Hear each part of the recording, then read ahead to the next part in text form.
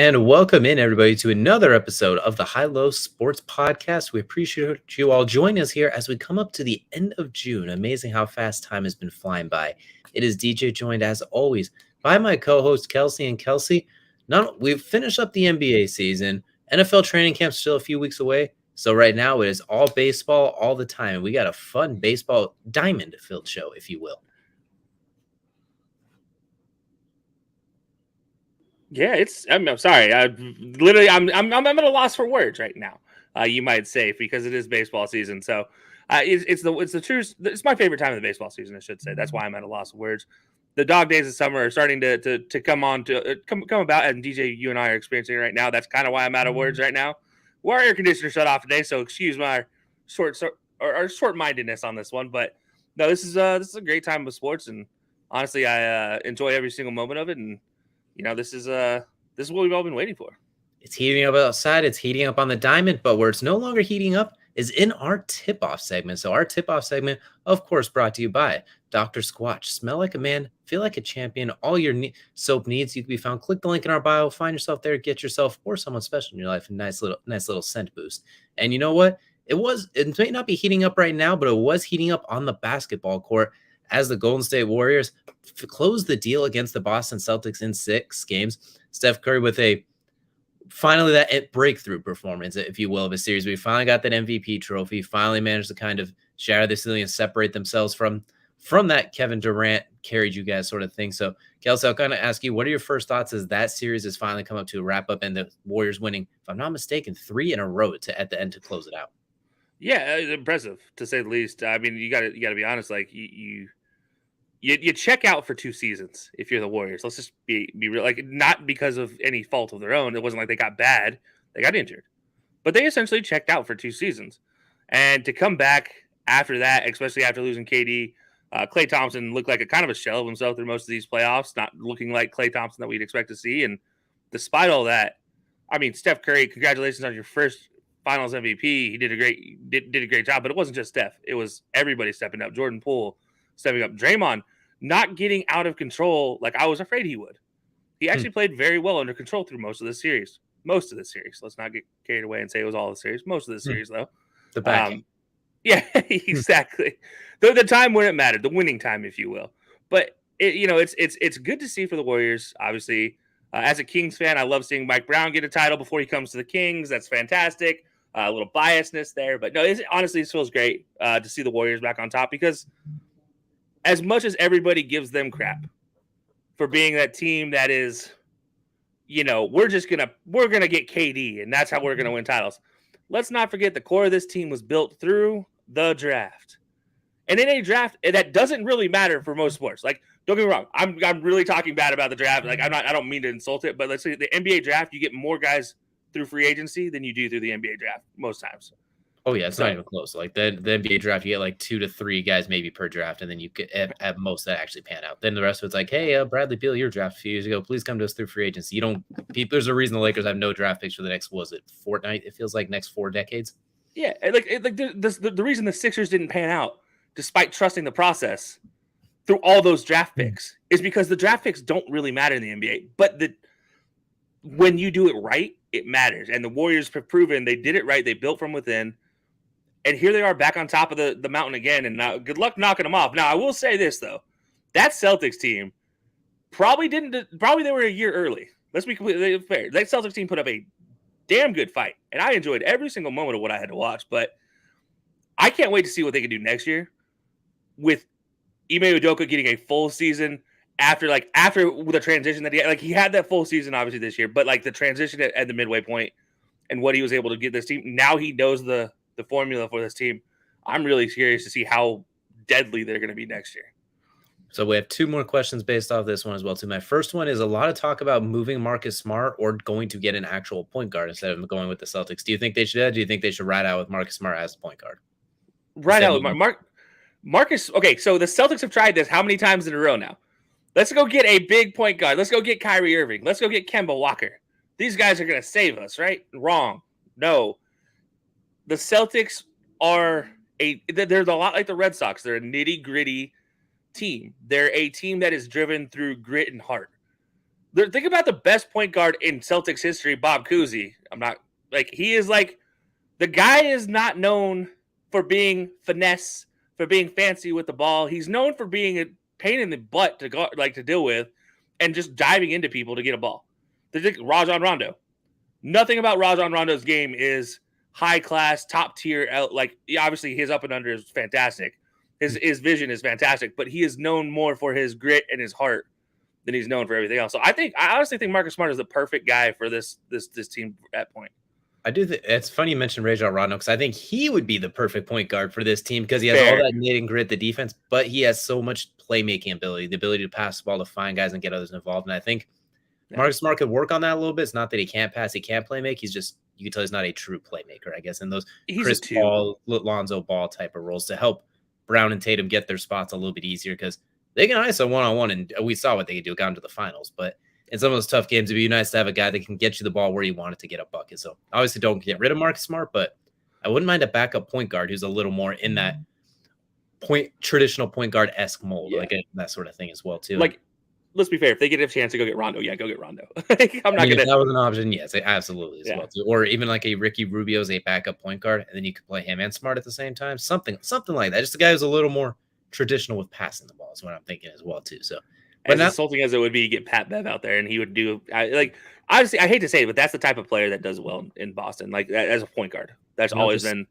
It's like quarterback for the Chicago Bears. You don't get a passing quarterback for the Chicago Bears. That just doesn't happen. None of their best quarterbacks in their history are passing quarterbacks. Just send Draymond Green to that team as well. So you got probably the most unlikable team of all time. He put all of that together as well, too. And speaking of the Warriors, the last question we have coming out of these finals, I'm going to pose to you, because I think you'll have a kick out of this one. Steph Curry, where does this put him now in those all-time rankings? Now that he's finally got that last quote-unquote monkey off his back with a finals MVP, where do you rank him all-time? And most importantly as well, too, do you think this kind of solidifies his career? I think if it solidifies anything, I think we just witnessed the best. We're witnessing the best shooter to ever play in the game, and I do mean that from the standpoint of 3-point and beyond. I don't mean that at a mid-range situation. Larry Bird still to me is the best inside the 3-point line shot creator in the game. Like what he was able to do shooting inside the 3-point line, and honestly, let's be honest, if he had a 3-point line, he probably would have been one of the best 3-point shooters ever as well. But he did through most of his career. Steph took advantage. He changed the game to be what it is today. And as much as I don't enjoy watching guys in a fast break stop for a 3-point shot, like go get your free 2 points. But you know what? It is what it is today. Steph is there for a large part of that, and he's a big reason why. And I've always had him. I shouldn't say always. I've had him the last couple of years in that 10 to 15 range. I do think this might bump him into a top 10 situation, because it does bump out a couple guys that don't have even 2 rings, let alone 4. And then you get the finals MVP on top of it. Granted, he should have 2 finals MVPs now. And this is like, I do think it puts him up in the top 10. To say it solidifies anything for him yet, it's hard to say that right now, because there's still the points title. Like, you look at the most points in NBA history, he's still not there yet. Oh, not even close. But he shoots threes at such a high clip. He does this for another 5 years. He breaks into the top 15, top 10. Now we're talking about a guy maybe creeping his way up into a top 6 conversation. I will say I kind of have him in that 15-ish range too, but still climbing, mostly because there just hasn't been enough regular season. Like it's almost similar to Kawhi Leonard as well. Like you look at their postseason, like that's a Hall of Fame career in itself. Just if they never played a regular season game in their life, what Steph's done in the postseason. I know he has the 2 MVPs, the unanimous, all that sort of thing. But you look at like assists, he's not very high on the assist ranking either, partially because of injuries, just partially the offense they play in. Points, as you mentioned, he's not even, I think he's like 47th or something like that in total. Yeah. He needs 5 solid seasons of he has a ways to go. Like just on his pure absolute postseason, Hall of Famer, undoubtedly top 20. Regular season MVPs put him in like that between 10 and 15, probably like 13, 14. So somewhere in there, he's got some room he can climb. I just need to kind of bolster up that resume a little bit as well too. Maybe, or you get another ring and you can bolster it that way as well too. That's all. At that point, it's just like undeniable. It's almost Joe Montana-esque, if that feels like we don't look Joe Montana's regular season. We always remember the Super Bowls and stuff like that. So it's almost built in the same way as that. Yeah, just to round this out for your purpose, and this is what I kind of alluded to a little bit earlier. You have Ray Allen, you have Reggie Miller, you have Steph Curry. Who do you think is the best out of those 3? Oh, Steph, easy, not even close. Yeah, same here. The all-time best shooter. You could throw Larry Bird in there, and then that's probably a little bit of a closer conversation. I don't know about you. I believe that's a closer conversation, but I still think Curry takes that. I don't know. What are your thoughts? Shooter-wise, I'm still going with Steph comfortably. Overall player, Larry Bird still got him as well, too. But I think I know what you're saying, though, as well, too. Like, so, okay, we have him at 12 right now. That's not the worst thing we're talking about. Like, we're talking about the best shooter to ever play in the game, and he's 12 all time in the players. Like, that's not something to shake your hat. That's something to be like, put this on a mantle, go home, tell your mom, put it on the fridge. Like, this is a huge deal. Like, that's not a small thing to be top 12 of all time NBA players. Honestly, it's top 15, fantastic. top 12, top 75, any of that's quite the accomplishment as well, too. He's been so great, it almost feels blasphemous when people keep him say he's not top 10. It feels like at some point, but I think so hard, though. 15 feels like a good spot while climbing as well, too. I think my last question for you before we jump into our next event: has he passed Kevin Durant on that list? Him and KD are going to go back and forth in my eyes. So I still don't have KD in the top 10 either. So like we're talking again, they're still in that 10 to 15 range. They're just going back and forth, kind of seeing what's there. And honestly, the biggest difference now between the two of them is Curry won one without KD. Twice too. Twice now. Yeah. And that MVP, obviously taking the MVP count. And then you look at what KD did leaving, nothing. Like, he's had arguably more talent after leaving the Warriors and has done less than Curry. I will give him the benefit of the doubt as he walked into an absolute unknown catastrophe of how that turned out as well, too. Like, no one anticipated that, and he has been spectacular, but it's got to be – I know what you mean as well, too. Like, the resume has to show something. Like, and it's like you said, they're almost 14, 15, 15, 13. Like, they're going to – it's going to be fun. It's going to be interesting to see how they play out for the rest of their careers as well, too. But I thoroughly enjoy watching both of them, and I can't wait to see more. As you mentioned, best shooters, Kevin Durant's in that conversation, too. We can't leave him out. He can shoot from anywhere 40 feet and in. He literally pulls up, so – I look forward to top 5 shooter right now. I mean, he's probably 5, but it's still close. Like, he's still in the conversation. Including everything else that he does at an incredible. If you include shot creating, he's up there in like top 2 or 3 on top of it. Like he might compete with Larry Bird in the shot creation category. Yeah, we can go on and on about this all day, but that is not what this episode is for. We alluded to baseball, so we're gonna send things off to baseball now, Kelcey. And you've been looking forward to this one, we can say the least. Yeah, so we're gonna head into the main event. Obviously presented by In the Clutch Apparel. And we actually have a special guest coming with us today, Ti De Meo. Ty and I actually did a podcast, a business podcast together, and we started talking about baseball. We literally talked for about an hour and a half, 2 hours after the interview about sports and baseball. Obviously, we both have a very similar baseball career backing as well, and so it kind of fell into that's what happened. But Ty's coming on today. We're going to talk about AL All-Star, NL All-Star starters. We're also going to give you your midseason awards. We're not doing too many crazy midseason awards, but we're going to do a couple. But, I'm going to welcome in Ty. Ty's going to take it away, and he's going to go ahead and give us his AL All-Star here in just a minute. But obviously, Ty, it's great having you on finally after talking about it all this time. It took a little bit for that season to start. Definitely wasn't too happy about that. Was MFing the commissioner for a little bit, but hey, we're back and get to watch my Yankees every day. Got to watch some watching the highlights every day has just been nice. And I don't know, baseball's back and we're almost at the All-Star. I mean, how many games left? Let's see. They've had like maybe 70 almost. Yeah, but no, so awesome. So we're gonna pick our both our All-Star teams, so AL, NL, as well as the midseason awards. We're only going to do a couple midseason awards. We're not going crazy, but we're going to do a Rookie of the Year. We're just going to do one Rookie of the Year. We're not going to get crazy and try to pick AL, NL because there's just too many of them. Same with Cy Young. We're only going to pick one Cy Young, and then just your overall MVP pick so far. But Ty, I'm going to go ahead and start with you. Okay. Go ahead and give us your AL All-Star team. All right. So we're going to start with the guy behind the plate. Okay. So this, I wanted to go with my preseason pickup Yankee catcher, but I thought that was a little biased going Trevino. Also, his numbers just weren't as good as this guy, Alejandro Kirk, dude. He's killing it. I mean, I think he's just kind of the easy pick for everyone right now. Not easy as in like, just a throwaway pick, but I mean, dude, he's killing it. 318, 6 boombas, 22 ribbies. I mean, 880 in comparison. I mean, he's playing better than him. And he's mixing in the DH every once in a while. So he is getting a little bit out of that catching play. But he's going to be top catcher for a while, and I'm glad to see it because he's a little twinker. I love it, little tiny guy. Yeah, not bad for awesome. a 23-year-old too. 23, he's like 4 feet tall. It's awesome. First baseman, Ty France, easy. I mean, that guy is sick. What, 320? Wild. Yeah, he's going 320, 10 bombs, 44 ribbies. Are you shitting me? 885 OPS. Like, dude, this guy, he had like what? He had like maybe I think a week or two where he was super, super hot. So he's probably still kind of riding on that high. But I mean, hey, I knew about him last year, and you hear about, okay, young guy is going to be kind of their guy, and then at the end of last year, they're kind of like, okay, he's kind of whatever, and then now he's swinging it a little bit, and he can pick it a little bit as well.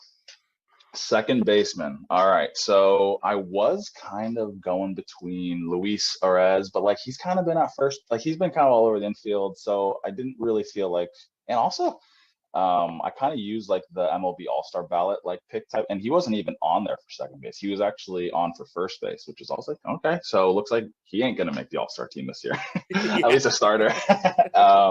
So for second base, I had to go Andres Jimenez. The guy is sick for the Guardians. Their infield is super fun to watch.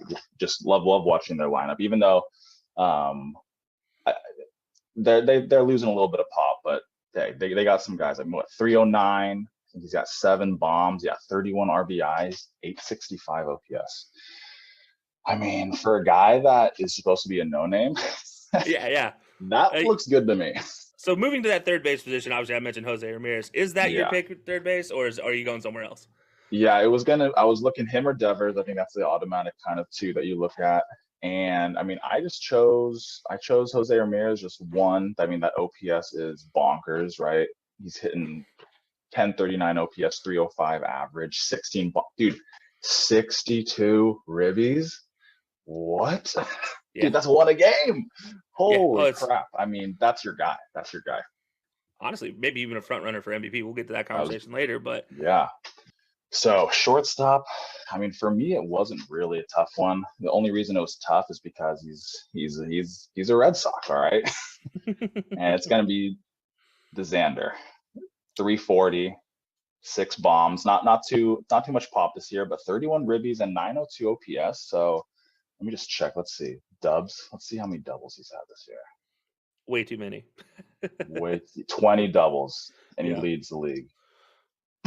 Holy crap. Yeah. So his OPS is, or I guess it's 916. I think I wrote it down wrong. Dude, OPS 916. That's wild. He is just so good. He's just like pure athleticism. Like his swing isn't like the most beautiful swing I've ever seen. Like he kind of has like a weird like one-hand finish. Doesn't really use his lower half as well, but he just has lightning fast hands.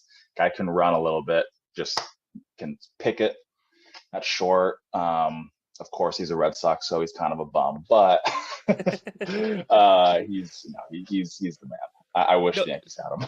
If I was no biases here, right? No biases. No, of course not. All right, so now we're moving into those outfield positions. I'm just going to say outfield in general. I don't care left field, center field, right field, but just outfield in general. Who's your 3 outfielders? Dude, if this is the All-Star team outfield for the AL, this might be like the best outfield of all time. All right, so I'm gonna put them in left, right, center, but like obviously it could be anywhere. So in left field, we're gonna go Mike Trout. Okay, Mike Trout, about 290, 18 bombs, 38 RBIs, and he's hitting 1030 OPS. I mean, that's just classic Trout. He deserves to be in the All-Star game. He is the best player of all time. Center field, Byron Buxton, 231 average, 19 bombs, 33 ribs, 897 OPS. Bam. Guy's tracking balls in the outfield. Has had a few walk-offs. Guy's just electric right now. If he stays healthy, I mean, I said it before the season started, is if he stays healthy, he is going to win MVP. Judge is obviously kind of leading that race right now, but I'm like, Buxton has always been that guy where it's like, what if he's healthy? Mm-hmm. And it looks like this could, I'm going to cross my fingers, knock on wood, but he's just good for baseball, fun to watch. And then, of course, right field is going to be Judge. I mean, 312, leads the league in home runs, 25, 49 ribbies, 1059 OPS. I mean, that is, I mean, he's had, I think, one of the top first or second best starts as a Yankee in history. And we don't have to go over the history of the Yankees. Just absolutely, everyone knows who's listening how good the Yankees are. No. Yeah. But yeah, I mean, it kind of speaks for itself. Like, the guy is by far just crushing it. It's not even close. And like, because I've been watching almost every day, it's so much. I've never really watched a player aside from Barry Bonds, right, where whenever he steps to the plate, you're just like, all right, like, I'm watching every single pitch. I'm not even taking my eyes off the screen. He's just one of those hitters, at least for this year. Yeah, I mean, I have no complaints about any of your outfielders. I mean, like Aaron Judge, you're exactly right. He is fascinating to watch, and Mike Trout. You just know something's going to come off Mike Trout's bat at some point in time, and you just want to witness it. But so that does it with the outfield. So now there's the position that I think is very fascinating with the AL, is that DH position. Yeah. What are you doing? What are you doing with the DH position here? I mean, I thought that it was pretty. I mean, I'm going for the guy that is stuck in that DH position. I mean, and if I'm going off of that, it's going to be Yordan. I mean, Yordan Alvarez is literally, he actually might be, this is hard to say, but like, lefty bats goes, like, he's one of my favorite to watch. Just like, he has such simple hands, like his lower half is fairly quiet, and he just kind of goes bat to ball, but has like a really nice like launch angle just through the zone, and it's quick, right? He's big boy, so he has to have quick hands, a short bat path, right? And it's just a beautiful thing to watch, right? I mean, his numbers, right? He's hitting 316, 18 bombs, 47 ribbies, 1040 OPS. I mean, what more is there? And he, in my opinion, he is, I mean, I guess Altuve, but like, him and Altuve, most valuable players for sure. It's not even close. I guess Yordan doesn't play defense, so maybe not. But I mean, for me, like that's an easy pick for DH. You know, it's funny because this guy Yordan has been getting nods for AL MVP as a DH. Mm-hmm. I've never heard of such a thing, and it is because of just how fascinating his ability at the plate is. I mean, he won So ALCS on MVP honors, and like, so he does know, like, he knows a little thing about winning hardware as a DH. So, starting pitcher for this AL team, who do you have actually going to be getting the nod here? There's plenty of options here. Like, honestly, there's like 6 guys that I can think of that are deserving of the starting position. Yeah, so like I was telling you before we got live, I mean, I was like, Nasty Nestor. I mean, I'm gonna do, I was like looking for all these little stats that might bump him up to number 1. I mean, he for sure is just blowing people's minds. Not really blowing my mind. I mean, from last year, watching him throw, I mean, almost all of his starts, like, I knew that he had what it takes to like actually to be a quality starter, but like definitely top 5. I mean, he's top 4 on the Cy Young predictor, right? That's wild. So had him, but no, I actually ended up going. I also looked at Shane McClanahan a little bit. I like him. Has a lot of Ks. Just at least for an all-star vote, like, okay, right? Verlander too. Looked at him, but I don't know why, but I think I'm going Alex Manoah right now. Okay. I dig Alex Manoah. He's got a 1.67 ERA. I think it's number 1 in the AL, or one of them, the top 2. He's 8-1 record. His WAR is 2.9. I'm pretty sure that was the highest WAR for pitchers in the AL. He's also a big boy, so it's super fun to watch. And he gets dude, on the bench when he's not starting, dude. He's like the first guy on the bench just chirping at the other team if something doesn't fly for him. He's just chirping. So that'll do it for your all-star team. Now I'm going to move over to DJ's all-star team and see what he's got real fast.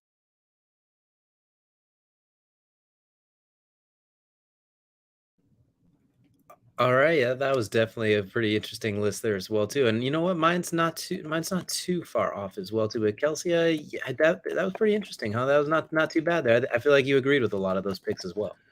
Yeah, I liked a lot of his picks, and it was one of those things that as we were talking about it, as I could continue to cover my face up, man, this guy in the back, he needs to do his job better, right? Mm-hmm. But if anybody doesn't know, the joke is I'm the guy in the back. And anyways, just pulling the curtain behind. Anyways, I loved a lot of his picks. I want to go back to this one right here. Yordan Alvarez, obviously, he talks about the swing pattern there with Yordan Alvarez. I could go on and on and on about swing path and keeping it flat to the zone and putting the knob to the ball. And honestly, I know you guys saw the cuts in there. I'm not going to sugarcoat this. Me and Ty did go on originally in the conversation for about 15 minutes talking about swing path and putting the barrel on the ball. And that was a big part of why Jordan Alvarez is on his list. I understand it, and I get it. It's also amazing why he's getting MVP conversations. But before I continue to interrupt everybody right now, because honestly, this is what I do when it comes to baseball, DJ, I want to go ahead and get your all-star roster. All right, so we're going to start with the AL. We're going to cruise our way through the infield to start with as well, too. So at catcher, I got Salvador Perez. A little bit of a reach there, a little bit as well, too. But when I look at what he's done on the season, he's got 47 hits, 34 RBIs to go along with it as well, too. A really solid season for him at the catcher spot as well, too. So give me Salvador Perez as the starting catcher. First baseman, Vladimir Guerrero Jr. I mean, we all know the story on Vlad Guerrero Jr., arguably a top, what'd you say, 3-4-ish player in the game right now, somewhere in that range. 67 hits, 42 RBIs, 38 runs, 17 home runs, and he's having kind of a down year, but I still think he makes his way as an all-star starter. Second baseman, Kelcey's favorite player, probably in the entire league. I'm going to go with Jose Altuve. 56 hits, 24 RBIs, 13 home runs, continues to be, whether you like him or you hate him with the whole Astros thing too, he's continued to have a very, very solid season. Third baseman, I got Jose Ramirez for the Guardians as well too. And Jose Ramirez has been, honestly, we're going to talk more about him later. I'll leave it at that. He's got 70 hits, 62 RBIs, and 16 home runs. 3.03 batting average as well too. He's been a clinic. There's nothing. No, I don't think there's any other way to say it. What he's doing in Cleveland might as well be similar to some of LeBron in Cleveland. The absolute show he's putting on right now as well too. Cleveland faithful, don't hit me. It was just a comparison. Like, my point is, he has been absolutely outstanding. Then at shortstop, this one, I kind of went for a little bit of a reach here a little bit as well too. But I went with Tim Anderson from the White Sox. He was actually your dark horse for AL MVP last year as well too. And I think he's had a fantastic season this year as well too. 62 hits and a 3.58 batting average. That's just absolutely incredible. He only has 5 home runs, so he's not exactly, doesn't have like that beautiful long ball going for him as much this year. But defensively, getting on base, hitting the ball, he has had a really, really solid season. So that's what I'm looking with for AL infield all-star starters for now as well too. And you know what? It's a little bit different than Ty's, a little bit different. I do like a lot of his list as well too. I decided to go veer in a little bit different direction for some of them. I like a lot of your picks. I like the Tim Anderson pick. Obviously, due to the injury right now, he won't play. But that's honestly, he deserves an all-star nom. And that's the thing, is he deserves the vote. He deserves the nomination. He is in that position. And secondly, I want to just address the fact you apologize to Cleveland fans for making that comparison. I think that is a damn good comparison for Jose Ramirez, because that man, if these Indians are going to make if these Guardians, my apologies, Guardians fans, if these Guardians are going to make a run in a playoff, it is going to be behind the bat of Jose Ramirez.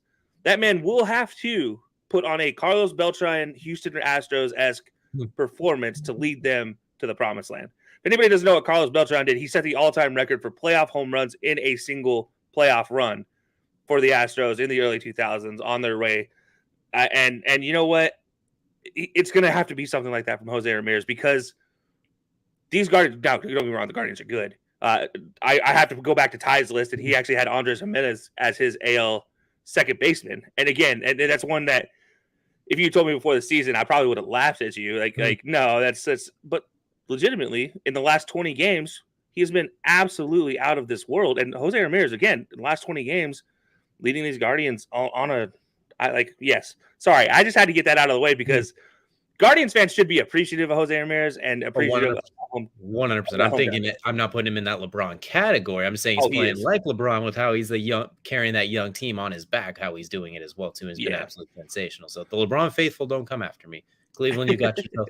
That's your ace in the hole right now as well too. While their football situation plays itself out, we'll leave that as it is right now. Jose Ramirez is your guy. Everyone focus on that, and the team that is first place in the AL Central right now as well too. On top of it, behind that bat, so definitely looking forward to that. But we'll move now into the outfield I have on my list as well too. And first one I have is, I also did the same as you. I just picked the 3 outfielders. I didn't specify right, center, left. First one I got Aaron Judge. Literally, what more do you need to say? I mean, arguably the best player in baseball as well too. It seems like every time he's up to bat, you are on the edge of your seat as well too. 300 batting average, 25 home runs, 75 hits, 50 RBIs. He's just continues to be incredible. And then it feels like he's the next one. He's got next as far as that line of Yankee greats throughout the years. It feels like they always have like that great player that comes down every handful of years. I feel like he's got next and he's got present as well, too, if he's not already passed. So Aaron Judge, easy vote. Speaking of easy votes, let's get even easier and let's go with Mike Trout as the next one I have as well, too. 21 home runs, 64 hits, 43 RBIs as well, too. Not to mention what he does defensively in the outfield, which is honestly, arguably, you could say is his best asset. As good of a hitter as he is, as good as he is at stealing base and everything else he offers, the fact that he is so good in the outfield makes him basically a shoe-in on this list for me pretty much every year until he falls off the cliff or until he retires. So give me Mike Trout out there as well, too.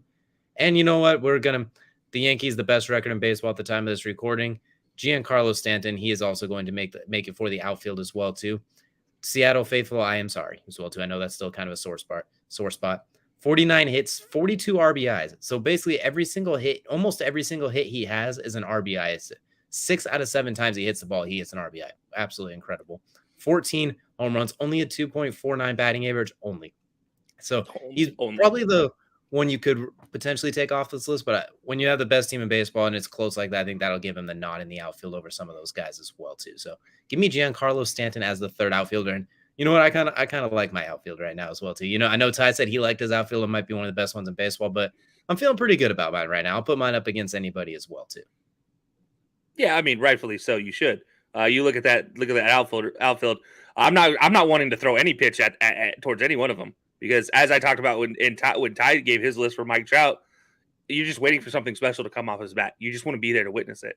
And Aaron Judge, he's exactly right. He mentioned Barry Bonds. You mentioned it as well. It's like must-watch TV right now. It really is with Aaron Judge. He is that next guy. He has a lovability of a Bernie Williams for Yankees fans. If you know, you know. But he has the popularity of a Derek Jeter, and he has the hitting prowess of, honestly, guys that have never been talked about before. And there's there are countless Yankees that have had power. Like you talk about Murderers Row and everything, but what Aaron Judge does is so naturally gifted, and obviously it helps. He's a giant monster of a man, but he is fascinating to watch. Talk about a guy that right now leading vote getter in the AL. They just released the stage 1. So actually, 2 of your picks are top 2, and you and Ty both pick Mike Trout and Aaron Judge, the top 2 vote getters in the outfield. Giancarlo Stanton 4th. He picked Byron Buxton, who's 6th. Ironically, I picked the guy who's 3rd when I get to my list in outfield. But yeah, so we cover all the bases there. So you can see why we were picking who we are. But I like your outfield. Like, there's no complaints for your outfields at all. Maybe Giancarlo Stanton. I do want to point out as well, too, you mentioned how good of hitters they are. I threw in a little bit of the defense as well, too, like when they actually play in the outfield as well, too. I took that into part of like when I see him, like, good luck hitting it over Aaron Judge's giant self, and good luck hitting it so Mike Trout can't outrun it and take it off of the wall like he has done throughout his entire career as well, too. Obviously, it's an incredibly small part of it, but that was my little push over the edge, if you will. That was the tiny little thing that helped me make the decision as well, too. So now go into the last part of my AL1. Designated hitter. I know we're kind of loose with it. I know he's listed as a designated hitter this year, but he hasn't always been. But I'm going with JD Martinez of the Red Sox. Continues to always find a way to get the hits. I mean, 76 hits, 30 RBIs, 8 home runs, 330 average. He's been really sensational in this DH role for him as well, too. And then pitcher, I'm going to go with Paul Blackburn from the Oakland A's. Obviously, the A's aren't exactly lighting the world on fire. They're pretty good, but they're not that great. But Paul Blackburn has definitely been the bright spot for them as well, too. I mean, 2.26 ERA as well, too. He's honestly been really, really good. Average innings pitched, he's been really, really good as well, too. He's not just like pitching 1 or 2 innings and being gone. 3 home runs given up on the year as well, too. 18 earned runs. He's been awesome so far this year. So give me Paul Blackburn as the starting pitcher as well. Even though he's from an A's team that may not make a lot of noise, but I think it's going to be it's not going to be his fault by any means. Yeah, no, this is again, JD, Martinez might be the one I take off your list, but that's purely because I think there are better options at DH. Ty picked Jordan Alvarez. I picked somebody different as well, but JD Martinez isn't a bad option. You mentioned 330, 23 doubles. I mean, he's not a small human being, and he's doing this, and that's the thing I love about JD Martinez's game. He's a base hitter. He's a guy who gets the ball in play, moves runners, gets RBIs that way. He doesn't have to hit a home run every time. And that's what I think fascinates me about JD Martinez. I love his game. But I'm going to play popularity contest when I get in my DH conversation as well. But I do like your pitching selection. I do like the idea it's a local California kid pitching in LA for the LA All-Star game. So I do like that. Like pick somebody from a California team. I've always loved that. Again, I picked somebody different, but there's a reason why, and we'll talk about that. And of course, every team has to be represented somehow as well. So you got to get an Oakland A player in there somewhere. Why not pick arguably who's the guy who's been playing the best pitcher in baseball on top of it as well too. Just to hammer home my point on JD Martinez as well too. He has struck out 60 times compared to 76 hits, compared to a guy like Giancarlo Stanton who has struck out 61 times compared to 49 hits as well too. So the bang for your buck with JD Martinez as a designated hitter, I think he has definitely played out for that as well too. I'd agree with you too, Alvarez. If we're gonna pretty swing. Game over. Like the ability to connect with the ball, all of that as well too. But JD Martinez in this designated hitter role, I was pleasantly surprised. I wasn't sure how he had transitioned to it from an outfield role, but no problems for him. He's got it when he doesn't have to worry about fielding. He finds a way to connect. I'm glad they decided to make him a full-time DH in Boston. I hate him being in the outfield. He belongs at first or as a DH. Do not put him in the outfield again. A miserable experiment. But I definitely do like your list. I like obviously both yours and Ty's list in a lot of ways, and you'll see a lot of similarities on mine. So I'll just get right to it. I'm gonna pull the Band-Aid off and just get right to it on this one. Starting with that catcher's position, I went Alejandro Kirk as well. This is a guy before the season. If you had told me he's an all-star conversation, I'd have laughed at you again. But at the end of the day, I can't deny what he is doing right now. It is absolutely fantastic, and it continues to be fantastic. And I'm gonna reward a guy for a fantastic season, and you'll see that with another one of my picks here in just a minute. But number 2, first baseman, you mentioned him earlier, Vladimir Guerrero Jr., top 10 power hitter, probably top 5 power hitter, scariest hitter you don't want to face. He makes a connection with the bat on ball that is just ungodly as far as the sound that as soon as it hits his bat where it's going, and it's fantastic to watch. He definitely is the apple from the tree of his dad, maybe even a little bit better at the plate than his dad is. Doesn't swing after things that bounce in the dirt about 10 feet in front of the dirt, in front of home plate like his dad did. But then again, his dad did send that for a home run. So what do I know? However, joining him is one of his teammates, in my eyes, is Santiago Espinel. Espinel has been having an absolute barn burner of a season, sitting at 32 RBIs, 20 walks, 5 home runs, 27 runs scored in 69 games played this season. This kid is out of I believe second right now in voting at the second base position. And I honestly, second behind only Jose Altuve, who, by the way, I don't hate Jose Altuve. I hate the conversation. The fact that he got off scot-free. I hate that part of it. But yeah, so Santiago Espinel here. Fantastic. I actually have multiple Blue Jays on this team, and because I do think the Blue Jays are a scary team. I do think they have a lot of quality players. So there's 2 Blue Jays. I do have more coming up. Third baseman, we're all unanimous here. Jose Ramirez, third baseman. I don't need to say more. Guardians, keep paying this man as long as I'm wearing a Guardians hat for Jose Ramirez right now. Please, dear God, do not let this man go. Please. At shortstop, though, the long-haired legacy, Bo Bichette, number one shortstop right now in the AL. I won't say NL because there's a whole nother conversation that I don't want to have because I don't want to pick between the two guys. But Bo Bichette right now, in my eyes, number one shortstop in the AL at this time, mostly because of Tim Anderson's injury. If Tim Anderson's healthy, this is a much different conversation in my eyes because I don't think Tim Anderson slacks off statistically. And that's a big part of it. So that's my infield. DJ, what's your thoughts? I like it, honestly, as well. I'm glad we all agree on the Jose Ramirez one as well, too. I'm glad to see that. And I'm glad we agreed on the Vlad Guerrero as well, too. Santiago Espinel, I can't really argue it. I was trying to think. I wanted to be like, blasphemy. I was ready to say, how dare you? But I didn't really have a whole lot there as well, too. Alejandro Kirk, I thought that was very interesting because Travis Denard has been kind of high on that list for a lot of people as well, too. I mean, I was kind of surprised you decided to go with Alejandro Kirk as well, too, but not in a bad way. Don't hate on Travis d'Arnaud. I mean, he is still he might come in my NL roster. He might come in my NL roster. Or not? Sorry, I meant exactly that. No, I know. I know. Salvi and honestly, there's a lot of catchers that I could put up in this catcher conversation. Alejandro Kirk is just honestly, it's more of just like a surprise. Like he's been the flash of the pan this season, and that's kind of why I liked him. give me some spice to my life. Like I can't pick everything normal. Yeah, we'll see though. I mean, there's still some more to go here as well too. So go and break down your outfield for us now as well too. Now we got to take a look at your infield. Yeah, I'm going to skip through these two real quick and in a hurry. Aaron Judge, Mike Trout. Don't need to say anything more. We've already talked about it. Aaron Judge, probably MVP frontrunner behind Jose Ramirez in that conversation. Mike Trout, fantastic. George Springer, after a very slow start for the Blue Jays, has worked his way back up here. And then we all cannot forget this is a popularity contest with the fan vote. Let us not forget that does play a part. So despite he's not the most popular person in some parts of the U.S., he's in Canada. Canadians don't care. They're going to keep picking the Canadian players. And honestly, there's not a better one right now. George Springer is a fantastic player beyond. And that's my fourth, by the way. 4 Blue Jays I have in the starting rotation. If you said that 5 years ago, many people laugh at me. Probably laugh me off my podcast. I would no longer be on the podcast. Ago, really? I mean, shoot. Yeah. So obviously, I do have hopes for that as well. And I'm just going to go and knock these two out while I'm here. DH, Shohei Ohtani. LA, DH. He's an LA. He's an angel. Honestly, it's Shohei. Everybody wants Showtime. Please, dear God, give us Shohei Ohtani in LA, in Chavez Ravine, hitting bombs in the bottom of the third. I want to see it. Actually, probably be the top of the first because that's where they're going to put him.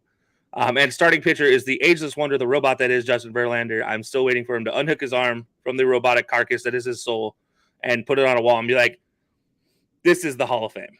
Because somehow it gets better. He gets Tommy John surgery at 39 years old, comes back, picks up miles per hour on his fastball, and throwing more accurate and faster than ever before. Doesn't make sense. So I got to give it to Justin Verlander right now, who may be in our conversation for Cy Young. May. But we'll have to see on that. He might just be. And I like how you mentioned that as well too. He is somehow getting better with age. Almost, I don't want to say Tom Brady-esque, but in the same way where he has not had the fall off and he thrown that surgery too. So I love the Verlander pick. But you know what? For the sake of time, I like a lot of your list as well too. You can never argue with Shohei Ohtani. So let's go and jump into the NL now as well too. This one should be, I think this will be a fun one. Yeah, so we're going to go ahead and get started with Ty real fast. We might skip some of Ty's answers. We'll have the picture up here, but we might skip some of his later answers just because of time's sake. So, guys, we'll keep you up to date. But Ty's going to go ahead and take us away with his NL roster. Behind the plate, starting for the NL team is going to be Wilson Contreras. I mean, 12 bombs, hitting 276, 26 ribbies, 924 OPS. I mean, the OPS kind of speaks for itself. I'm pretty sure he was like 100 points higher than any other catcher in the National League. So, I mean, I don't usually just focus on OPS, but like when you're that much higher than everyone else, it's going to be that. First base, easy pick for me. Some people might be in between, but I'm going Goldschmidt all the way. Dude, he's hitting 344, 344, 16 bombs, 56 RBIs, and a 1057 OPS. And the guy could play defense. He's a leader. That's the guy that you want to see starting on that NL team. Second base, one of the most entertaining players in the league, Jazz Chisholm, 242 average, 13 bombs, 44 RBIs, 829 OPS. And I mean, when you think of an all-star, I mean, that guy is an all-star. Like just the way he kind of holds himself, he is the spark plug of the Marlins. That guy deserves to be on like a big stage for sure. At third, I think this is easy as well. Got Manny in there, Machado, hitting 330 pretty much, 11 bombs, 44 ribs, 934 OPS. I mean, this team can swing it a little bit. If this National League infield becomes an actual all-star team, bam, this team can swing it because I'm also adding Trey Turner at shortstop. 304 RB or average, 8 bombs, 47 ribs, 835 OPS. I mean, if that was a real team, well, that would be that's one of the greatest teams of all time. So whammy. I like that. I'm especially a big fan of Jazz Chisholm. I've always been a Jazz Chisholm fan. Fun Same. fact, their single A team is actually based in Missoula, Montana. At the time, they were Missoula Osprey. I was selling shoes at Champ Sports, and every Saturday, a guy by the name of Jazz Chisholm would come in and buy his J's from us every Saturday. No. No joke. So he was staying with the host family up there, and they were big Jordan fans as well. So he'd come in with them, and obviously, being a young kid with money at the time, 18, coming up with all this, money that he never had before, he's like, all right, yeah, I'm gonna go buy shoes every weekend. So, That's shout wild. out if Jazz ever watches the show. Shout out to you, Jazz. Don't forget us when you make it big. Yeah, Was when he's all I a 100 ask. millionaire. Yeah, but no, I obviously love Jazz Chisholm. I picked him up every year he's been in the bigs. Even before he was in the bigs, I was like, he's coming in, like he's gonna make his way into the team. I'm getting him on my fantasy team now. It's paid off every year. So much Um, swag. I love it. oh, absolutely. And then I do love the Paul Goldschmidt pick. Just going back to finally getting Goldie back in the All-Star game. Like 6 straight years with the D-backs, goes to the Cardinals. If he makes it, this will be his first time with the Cardinals, which is shocking. Like, Yeah. still one of the best first basemen in the league. Just somehow Freddie Freeman and Anthony Rizzo, those couple years are just like, we're going to take over the mantle. Sorry, bud. Yeah. I mean, he always starts off slow too. That's kind of his thing. So, he usually finishes the season with great numbers, but that first half is just always kind of ass a little bit. But this year, he's figured it out, so it's good. And I do find it funny with the shortened spring training and everything. So that's interesting. Yeah, I do find it funny though that your shortstop to be Trey Turner, right, third baseman being Machado. Obviously, those two never had a chance to play with each other as a Dodger.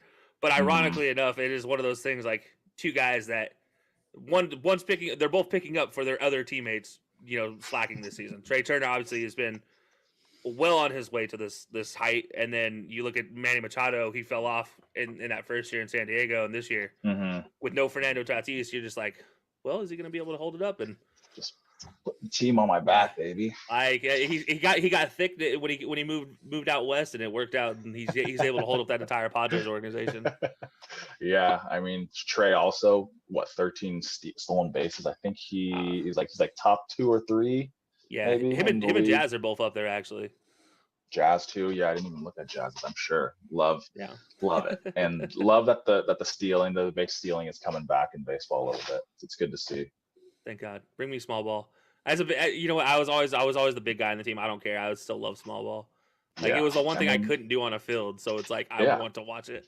I mean, it's part of the. I mean, like, why wouldn't you utilize a perfectly good weapon? Like, it's a weapon. Like, if you want to consider it, like hitting bombs is a weapon, hitting balls hard on the ground is a weapon, hitting deep fly balls, like they're all considered weapons, right? So, like, why can't we use that as well, right? So, I've loved Joe Madden for a long time, and I know he just got let go, but he's still one of the best managers I can think of it using the small ball. It's why I loved Bruce Bochy so much as a Giants coach. Yeah. Giants manager, because there's a love small ball.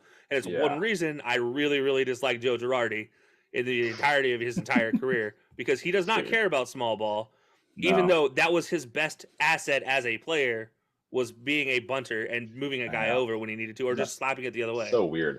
I know. Yeah. And like it's great to see. I mean, obviously as a Yankees fan, like that's never their game plan. But this year they've been running a lot. They just got IKF, who just is sick, puts the ball in play, runs. Like guys are just doing their job, and it's weird how now, they literally have like one of the best records of all time, and they're playing long ball and small ball. So it's like, come on, guys. Like the whole bomb strikeout walk I think is overrated, and like we're starting to see guys that are implementing small ball are getting W's. So I gotta ask, do you think the Yankees are currently playing Red Sox ball? Think about the Red Sox successful years. This is what they did well. I know. I think to label it as Red Sox ball is absolutely ridiculous. And how dare you? How dare you talk down about my game like that? I had to say it. Somebody had to say it. It is the quintessential just how the shoe is turned here in this situation. Yeah, weird. They're playing good baseball. That's for sure. Yeah, they're playing good. It's fun to watch. Winning games late, right? Winning them in extras by 1 run, smoking teams, and then right. Anyways, we can go on about and not having to pay multi-million dollars for them to do that. Actually, spending less money than normal. Thank God. Than a couple teams too, yeah. Except for the Guardians. We're not going to talk about that though. All right, so I interrupted you enough, so I'm going to let you get that outfield. And we're going to do the outfield and DH as well. Okay, outfield and DH. Okay, so this outfield, I have one that's, maybe 2 they might be stretches, but okay. So center field for sure, putting Mookie in center field. 273 average, 17 bombs, 40 ribs, 88 or 884 OPS.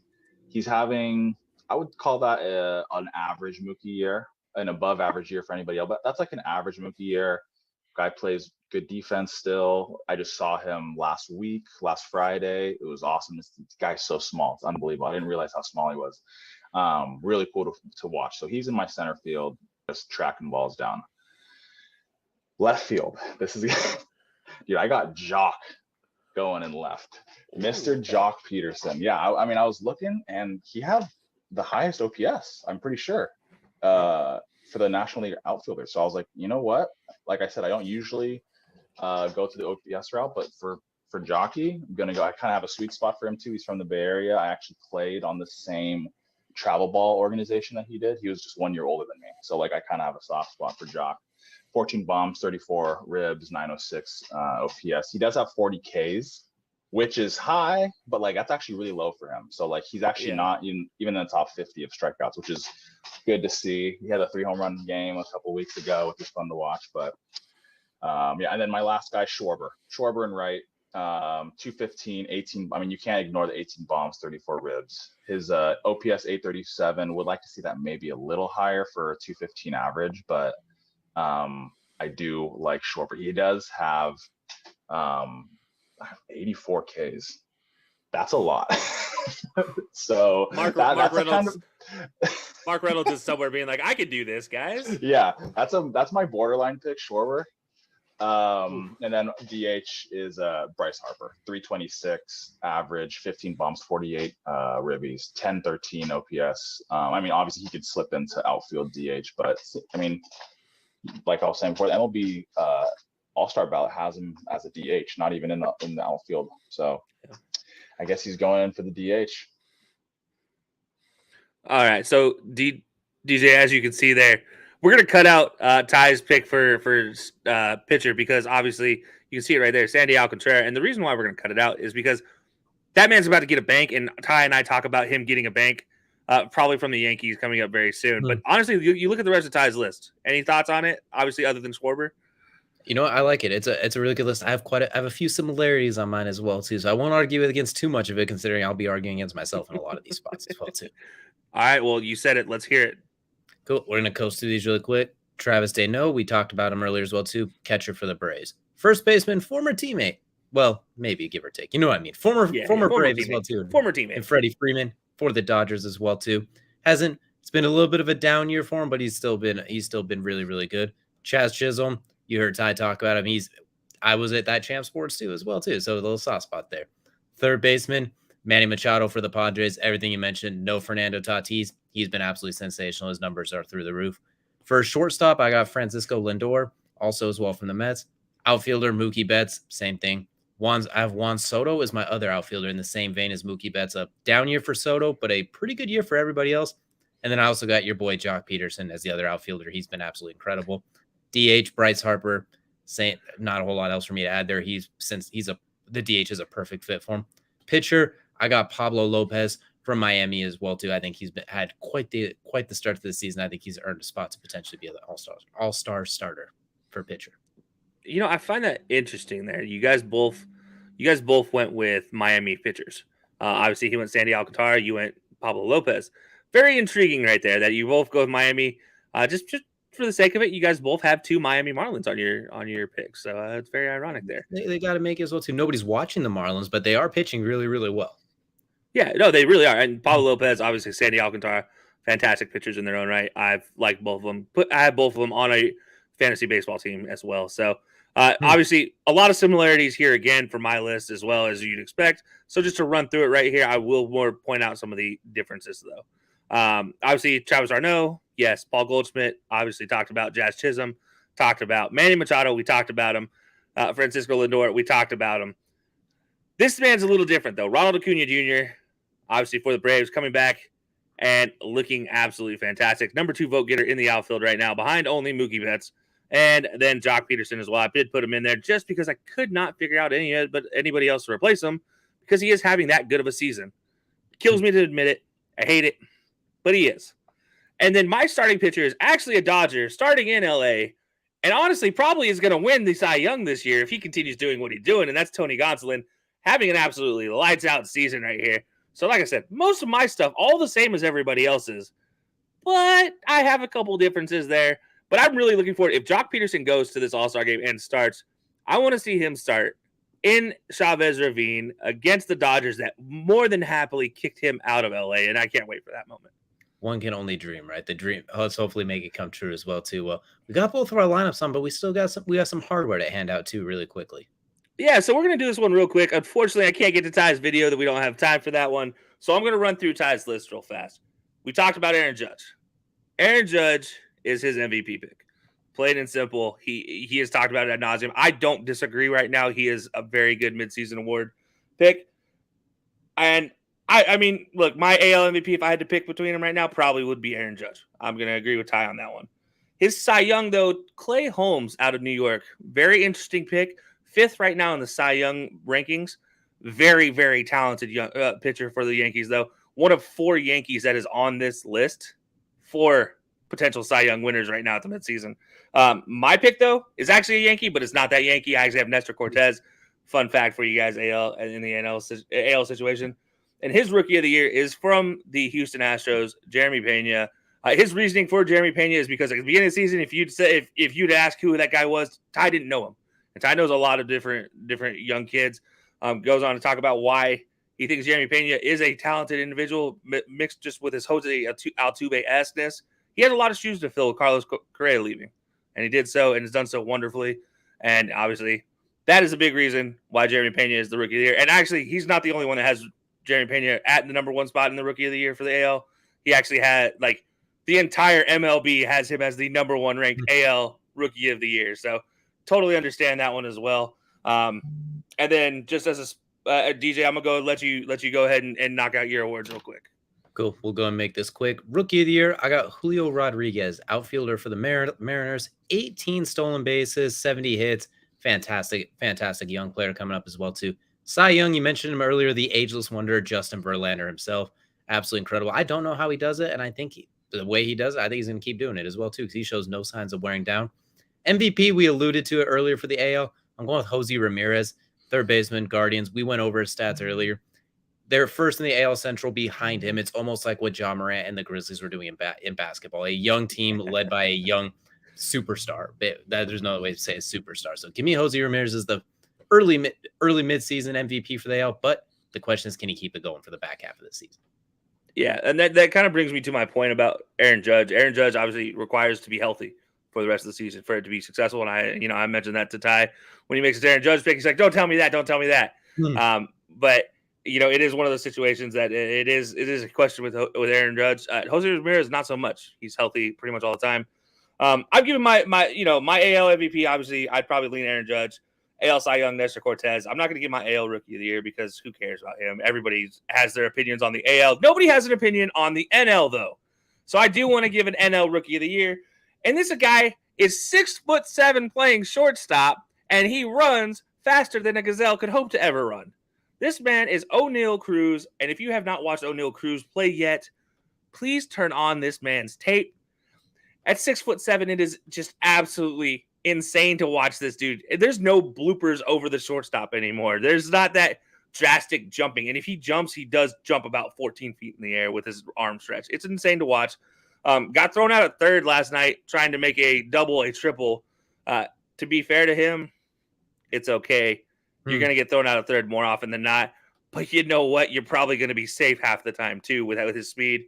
He's a fun one to watch. And I also will throw out NL Cy Young, Joe Musgrove. Okay. So, I like. I'm not going to throw NL MVP because, I guess I will. Goldschmidt. Well, I'm going Paul Goldschmidt for NL MVP. Okay, I like it. For NL Rookie of the Year, I actually went with Mackenzie Gore, the pitcher, as well, too. I tried to go a little bit outside the realm and go with the pitcher as well, too, just to throw a little bit of seasoning and spice on it as well, too. But this was absolutely fun, too. We don't talk as much baseball, so it was fun to get to go over it, look at our teams as well, too. I'm curious to see how many of them we got right, which ones we got wrong, and which ones just make absolutely no sense, because no All-Star game voting is ever perfect. So I definitely look forward to seeing how it plays out. We'll find out shortly. And we will have Ty on again this time, hopefully next time live. So we'll actually have him in person so he can talk all the crap with us in person. Hopefully we won't go too far off topic that time. But we'll have to wait and see. Absolutely. Well, thank you all for joining us for this episode of the High Low Sports Podcast. We appreciate you, as always, spending some time with us as well, too. And be sure to follow us on all of our social media pages as well, too. And until next time, we will see you guys later.